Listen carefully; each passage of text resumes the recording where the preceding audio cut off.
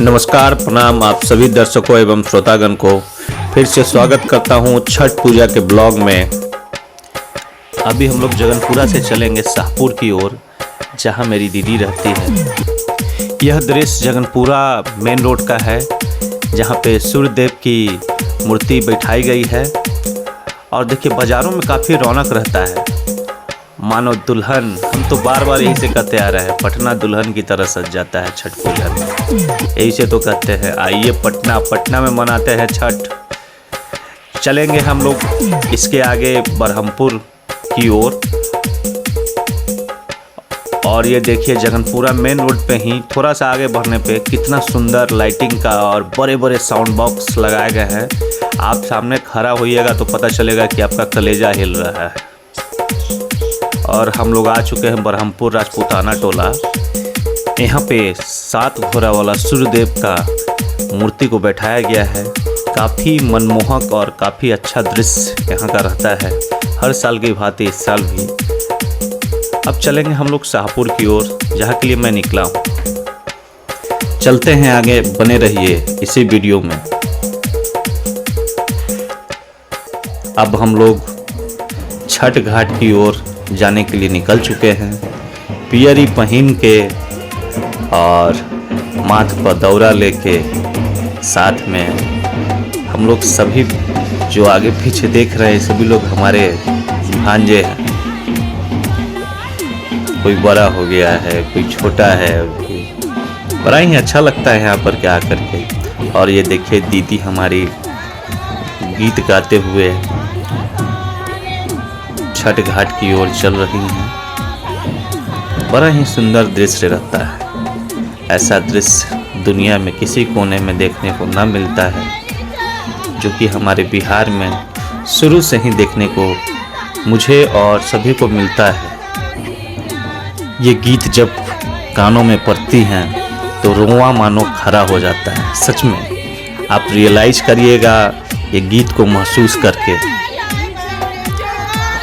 और मैं अपने छठ घाट की ओर आगे आगे चल रहा हूँ, और पीछे से हमारी दीदी गीत गाते हुए छठ घाट की ओर, और हमारी भांजी और मेरी पत्नी साथ में गीत गाते हुए आ रही है छठ घाट की ओर।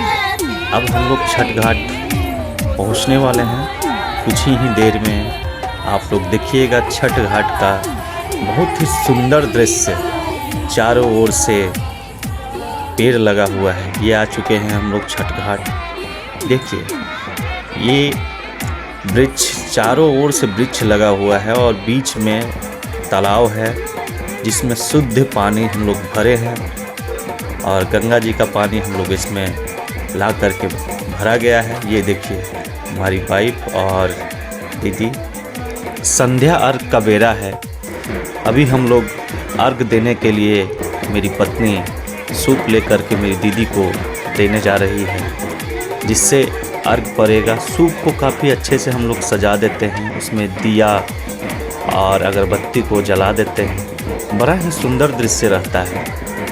इसमें कोई ऊंच कोई नीच नहीं, कोई छोटा कोई बड़ा नहीं, सभी एक समान इस घाट पे, चाहे गंगा घाट हो चाहे किसी भी घाट पे हो, सभी भेदभाव भुला करके। और हमारी दीदी ये देखिए स्नान कर रही है।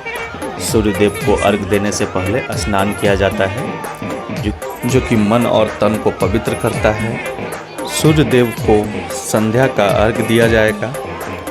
और ये पहला ऐसा त्यौहार है जो छठ पूजा, जो कि सबसे पहले डूबते हुए सूर्य को अर्घ दिया जाता है, जो सिखाता है कि जो डूबता है उसका उदय होना निश्चित है।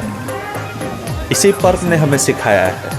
दुनिया उगते हुए सूर्य को नमन करता है, लेकिन इसी पर्व में आप देखेंगे कि हम लोग सबसे पहले डूबते हुए सूर्य को अर्घ देते हैं। उसके बाद कल हो करके सुबह में हम लोग उगते हुए सूर्य को अर्घ देते हैं। अब अर्घ का बेरा हो चुका है। मैं सूप दीदी को दे रहा हूँ और मेरी पत्नी सूप दे रहे हैं, और हम लोग अभी सूप पे जल ढारेंगे। देखिए मैं जल दे रहा हूँ। बड़ा ही पुण्य मिलता है, सारे कष्टों का निवारण हो जाता है। आप सूप पे जब जल या दूध आप देते हैं। अब मैं पानी में उतरूँगा क्योंकि नीचे का जो मिट्टी है काफ़ी दलदल था और पानी भी ताज़ा भरा गया था। इसी कारण से मिट्टी यहाँ का काफ़ी दलदल हो गया था। दलदल होने के कारण किसी को दिक्कत न हो, अर्घ देते समय 5 बेर सूप को घुमाया जाता है। इसी कारण से किसी को दिक्कत न हो, हमारी दीदी को मैं पानी में उतर गया। जितना सूप जो परवैतिन ले गई हैं, एक एक करके सूप को दिया जाता है और सूर्यदेव को अर्घ दिया जाता है। ये देखिए दूसरा सूप मेरी पाइप दीदी को देंगे और मैं पानी में खड़ा हूँ।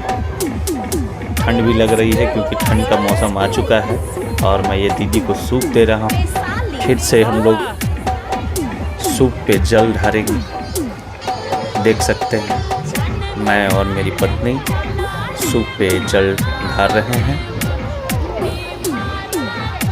काफ़ी मगन रहते हैं हमारे सभी समाज सेवक। देखिए दिक्कत न हो इसलिए मैं पानी में खड़ा हूँ। 5 बार सूप को घुमाया जाता है, इसी कारण से सूप गिर न जाए। मैं पानी में ही था क्योंकि दीदी को दिक्कत न हो।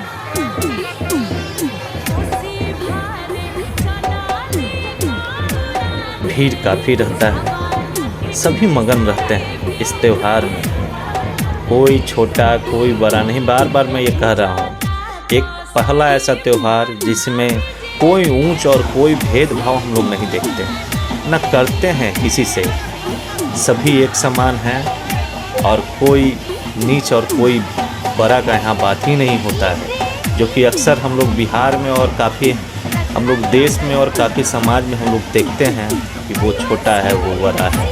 लेकिन इसी पर्व ने हमें सिखाया है कि जो बड़ा है या छोटा है सब एक समान है, क्योंकि सूर्यदेव ही हमें साक्षात रूप से प्रतिदिन हम लोग को दिखाई देते हैं। हमारी भांजी और हमारी पत्नी देखिए हम लोग कितने मगन हो करके, और ये देखिए बड़ा सा दौरा जिसमें बड़ा सा एक केला का घौद रखा हुआ है। पानी में घूमने में काफ़ी दिक्कत होती है क्योंकि मिट्टी नीचे का जो है काफ़ी दलदल था। दिक्कतें कितनी भी आईं लेकिन छठी मैया पार लगा देती हैं। बोलिए एक बार छठी मैया की जय। ये बड़ा सा दौरा है जो कि हम घूम रहे हैं, 5 बार घूमा जाता है इसे लेकर के, और इसमें एक बड़ा सा केला का घौद रखा हुआ है जो कि प्रसाद के रूप में बांटे जाएंगे कल। और ये देखिए अर्घ पड़ चुका है, दौरा रख दिए हैं। अब ये केला को घौद को निकाल करके हम घाट पे रखेंगे और इसमें से दिया जो जल रहा है ये निकाल दिया जाता है, क्योंकि परवैतिन का किसी का साड़ी ना जले और कोई दुर्घटना ना घटे। और हम ये केला के घौद को रख दिए हैं साइड में। और ये देखिए कितने सुंदर सूप फिर से दिखाएंगे। ऊपर का नज़ारा, ये चारों ओर से वृक्ष है, आम का पवित्र वृक्ष। और पूजा हो चुका है, संध्या का अर्घ पड़ गया है। घाट पे हम लोग होमात जला दिए हैं। देखिए होमात जल रहा है।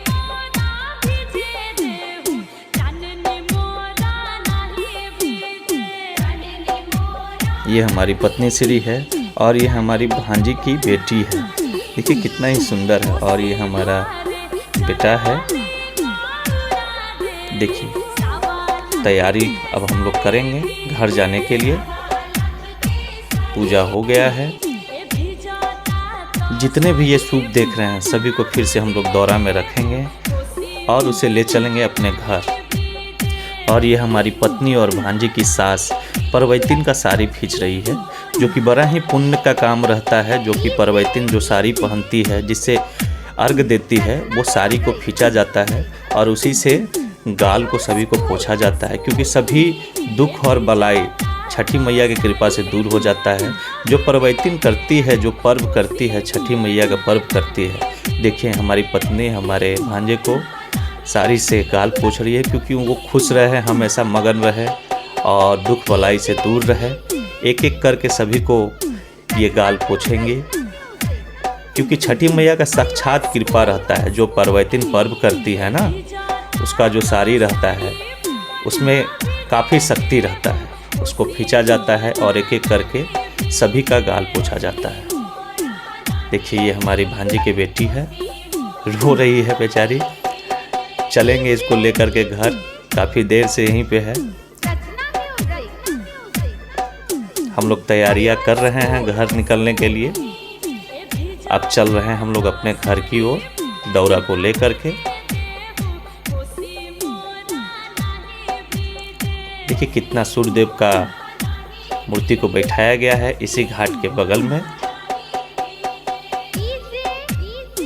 इसी पल के लिए हम लोग साल भर इंतज़ार करते हैं। जितने भी ये बड़े बड़े लाइट और सेज बत्ती और ये घाट का सजावट देख रहे हैं, हमारे समाज सेवक द्वारा किया जाता है। ना कि किसी से हम लोग चंदा लेते हैं और ना 1 रुपया मांगते हैं। सब अपने मन और तन और धन से जिससे जितना हो पाता है वो छठी मैया में अपना योगदान लगाता है। अब मैं दौरा लेकर चल चुका हूँ अपनी दीदी के घर की ओर। साथ में परवैतीन लोग पीछे पीछे मधुर मधुर गीत गाते आ रही हैं। बड़ा ही मनमोहक रहता है। भगवान करे ये दौरा उठाने का भार हमें ज़िंदगी भर मिलता रहे। छठी मैया का कृपा रहे तो हर साल मैं इसी तरह से छठ घाट दौरा लेके जाते रहूँगा। और मैं मनाता भी हूँ कि हमको सुख रखिए, खुशी रखिए, मस्त रखिए, अन्न धन से भरपूर रखिए। मैं ये दौरा को हमेशा ले जाने के लिए तत्पर रहूँगा। हमारी दीदी गीत गाते हुए घर की ओर आ रही हैं। मधुर मधुर गीत कानों में जब गूंजता है तो रोआ कांप जाता है दोस्तों। अब हम लोग आ चुके हैं, दीदी हमारी आ गई है घर। सभी का पैर एक एक करके धोया जाता है क्योंकि हम लोग घाट से आए हैं। उसके बाद ही हम लोग घर के अंदर प्रवेश करेंगे। देखिए हमारी भांजी दीदी के पैर पे पानी दे रही हैं। उसके बाद हम लोग घर की ओर प्रवेश करेंगे।